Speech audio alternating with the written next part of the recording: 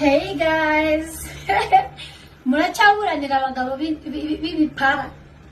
Ubu rero tugiye kuvuga ku bagore b'inda. Abagore b'inda we, abagore b'inda rero utwa kumbe mwamutuka umuntu ngo yambaye ubusa n'indaya. Kumbe amakanzu n'ukuzamura we. Mu biro. So ngaho mbwire rero uyu yabarongoreraga mu biro bye, ngaho mbwira ukuntu mu biro by'umuntu ubuzi ko umugabo wawe ari mu kazi aba yinjiye mu biro agasohoka mu biraza mu rugo.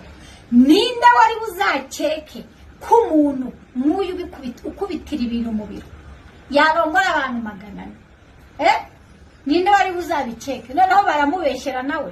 Ahubwo abagabo b'ibihara bazafungura ishuri ryigisha ukuntu. Yeah, so now ahubwo abagore b'inda rero, abantu binda muri hehe? Abantu binda mu gigoshi ibintu, abantu binda b'imibiri imeze ukuntu. Uriya mugabo nta sirekwe n'imwe yirongoreraga, yarongoraga abantu b'abagore ukuntu utanamenye. My friend, mujye mumbabarira. Abagabo bikundira ibintu mujye mubyemera igihe bigeze mu maguru. Nta mukristo w'umugabo mu maguru, especially hari ba nyirayo.